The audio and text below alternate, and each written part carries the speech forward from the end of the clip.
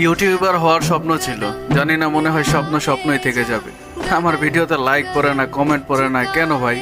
আমি বুঝি না, তোমরাও তো ফ্রি ফায়ার প্লেয়ার, কত কষ্ট করে একটা ভিডিও বানাই ভাই, একটা কমেন্ট আর একটা লাইকই তো চাই নাকি? ভিডিওটা যদি ভালো লাগে অবশ্যই চ্যানেলটি সাবস্ক্রাইব করে যাবা।